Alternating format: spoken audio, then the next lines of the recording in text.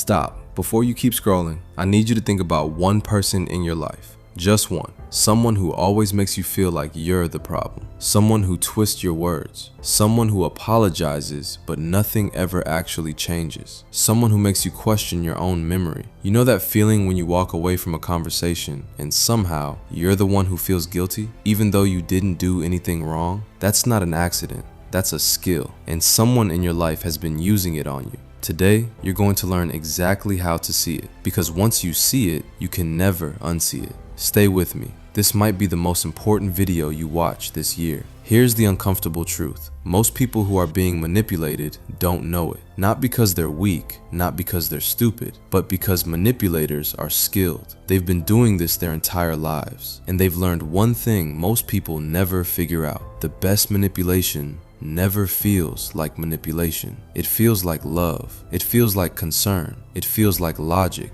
It feels like your own thoughts. That's what makes it so dangerous. Think about it this way. If someone walked up to you and said, "I'm going to manipulate you now," you'd walk away immediately. But what if they said, "I'm just trying to help you. I'm only saying this because I care. You always misunderstand me. Why do you always make everything about you?" Suddenly, you're not walking away. Suddenly, you're apologizing. Suddenly, you're wondering if maybe they're right. That's the difference between obvious control and skilled manipulation. And the scary part? Most manipulators don't even fully realize they're doing it. Some learned it as children just to survive. Some developed it over years of getting what they want. But whether it's conscious or not, the damage it does to you is exactly the same. So let's start at the beginning. Psychologists define manipulation as any attempt to influence someone's thoughts, feelings, or behavior through indirect, deceptive, or exploitative means. Notice that word, indirect. Not honest, not direct, not fair, indirect. A manipulator never comes straight at you. They circle around you. They study you. They find your soft spots, and then they press them precisely, repeatedly, until you do exactly what they want. Before we get into the signs, you need to understand something important. Not all manipulators look the same. In fact, there are 3 distinct types you will encounter in your life, and each one operates differently. The first type is the victim manipulator. This is the person who is always suffering, always the one who has it hardest, always the one whose pain is bigger than yours. Every time you try to address something they've done, suddenly they become the one who is hurt. You came to talk about how they let you down. Somehow you leave the conversation comforting them. Sound familiar? The victim manipulator weaponizes sympathy. They make you feel guilty for even having needs. And over time, you stop bringing up your needs at all. That's exactly what they want. The second type is the gaslighter. This one is perhaps the most psychologically damaging. The gaslighter doesn't just manipulate your actions, they manipulate your reality. They make you question your own memory, your own perception, your own sanity. You remember clearly what they said last Tuesday. They look you dead in the eye and say it never happened. You have a text message proving it. They tell you you're taking it out of context. You bring up a pattern you've noticed. They tell you you're being paranoid. Over time, you stop trusting yourself. And a person who doesn't trust themselves is the easiest person in the world to control. The third type is the charm manipulator. This one is the most dangerous because they're the hardest to spot. They're likable, they're charismatic, everyone around them loves them, and that's exactly the point. Because when they do something harmful to you and you try to speak up, who is anyone going to believe? The charming, well-liked person everyone adores, or you? The charm manipulator builds a reputation as a shield, and they use that shield every single time they need it. Now here's what's important. Many manipulators are a combination of all 3 types. They can play the victim when they need sympathy. They can gaslight when they need to avoid accountability. They can charm when they need to rebuild trust. And they switch between these modes effortlessly,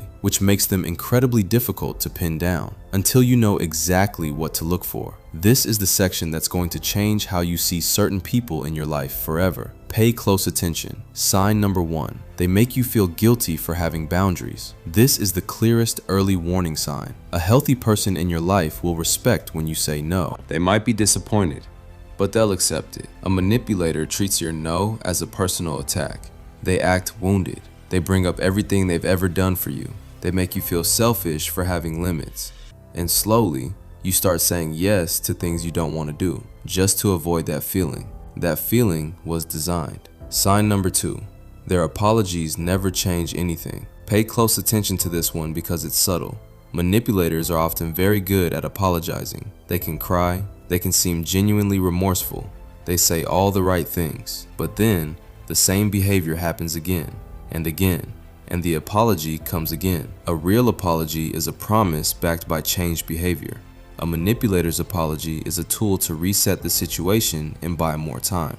If you've received the same apology for the same behavior more than twice, that's not an apology anymore. That's a strategy. Sign number 3. They twist your words. You say one thing, they repeat it back to you differently. You say, "I feel overwhelmed when you do that." They tell others, "They said I overwhelmed them and they hate being around me." This is called distortion, and manipulators use it in 2 ways. First, to make themselves look like the victim in any conflict. Second, to make you afraid to speak honestly. Because if every honest thing you say gets twisted into something ugly, eventually you stop speaking honestly at all. And a silent person is a controlled person. Sign number 4. They move the goalpost constantly. You do exactly what they asked. It's still not good enough. So you do more. Still not enough. The standard keeps changing. The requirements keep shifting. And you keep trying harder and harder to meet a bar that was never meant to be reached. This is a manipulation tactic called moving the goalposts. It keeps you in a permanent state of trying to prove yourself. And a person who is always trying to prove themselves has no energy left to question the person they're trying to prove themselves to. That's the entire point. Sign number 5. They use your vulnerabilities against you. Early in a relationship, manipulators are often incredibly warm and attentive. They ask deep questions. They listen carefully. They seem genuinely interested in who you are. And you open up. You share your fears, your insecurities, your painful past. You trust them. And then months or years later, in an argument, those exact vulnerabilities get used against you. Your fear of abandonment gets triggered deliberately. Your insecurity about your intelligence gets weaponized. Your painful memory gets referenced to shut you down. Information you shared in vulnerability gets turned into ammunition. This is one of the most painful forms of manipulation because it destroys the ability to trust. Sign number 6. Everything is always your fault. Manipulators are allergic to accountability. When something goes wrong, the explanation always ends with you being the problem. You caused it. You triggered it. You should have known better. You should have done more. Even when they make a clear mistake, somehow, by the end of the conversation, you're the one apologizing.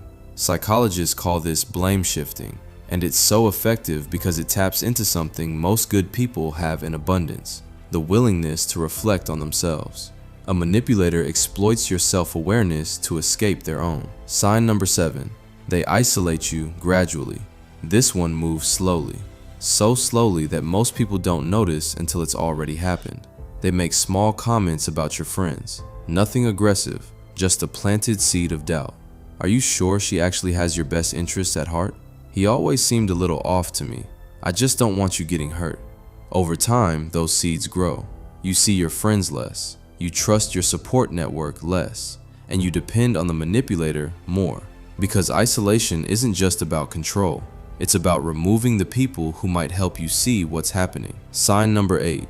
You feel worse about yourself the longer you're around them. This is the most important sign of all.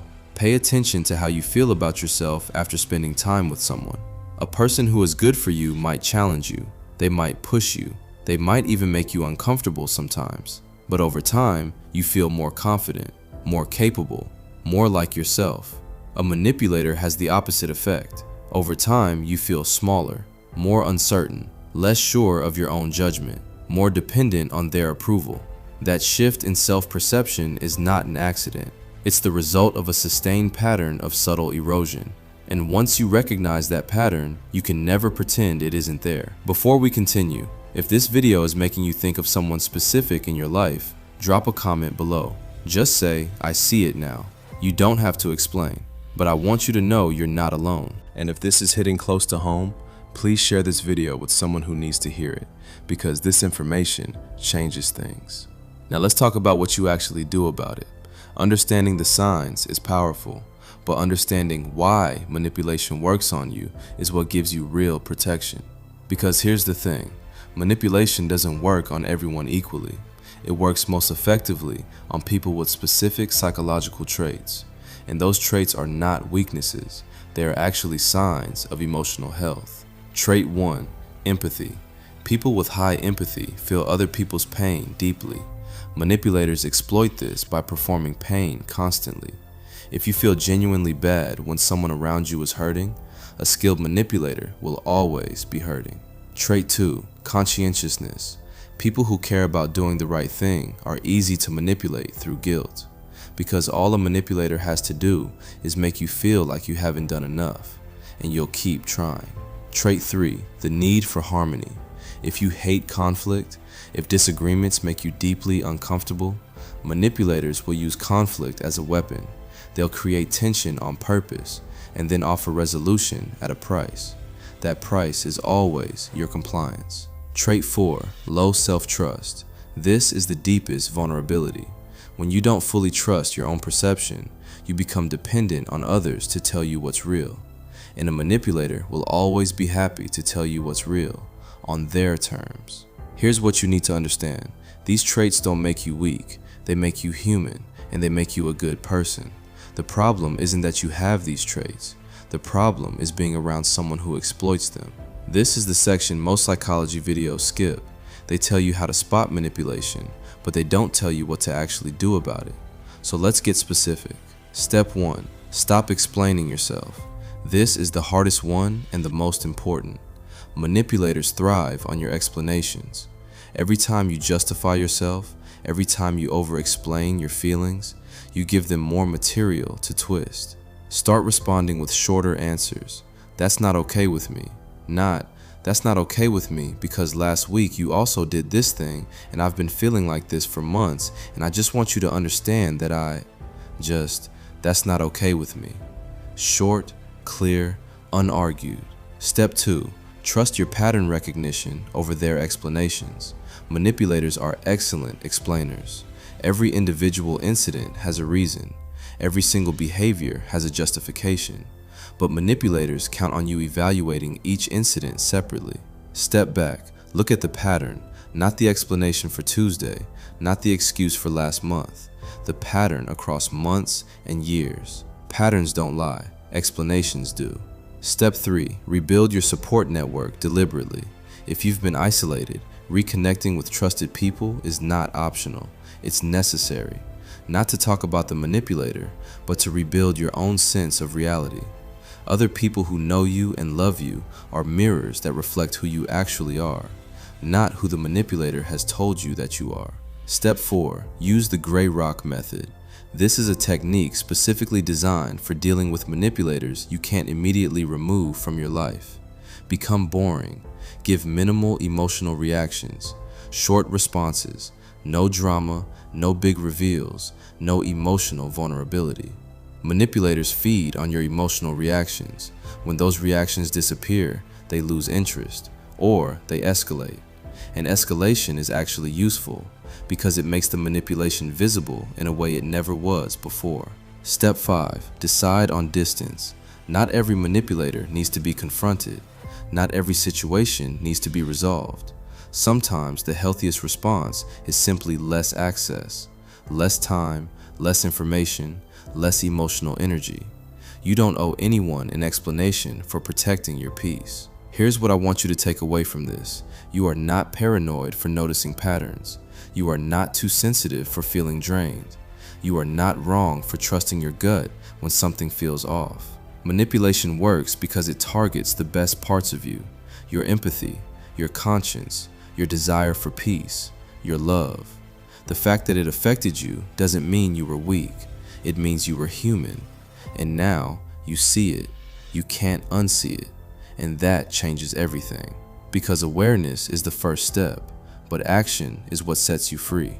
Start with one thing this week, one boundary you've been afraid to hold, one explanation you're going to stop giving, one relationship you're going to look at honestly. Just one, and watch what happens. If this video helped you, give it a like right now. It helps more people who need this find it. Subscribe to MindForge for a new psychology video every week. And drop in the comments, what was the sign that hit you hardest today?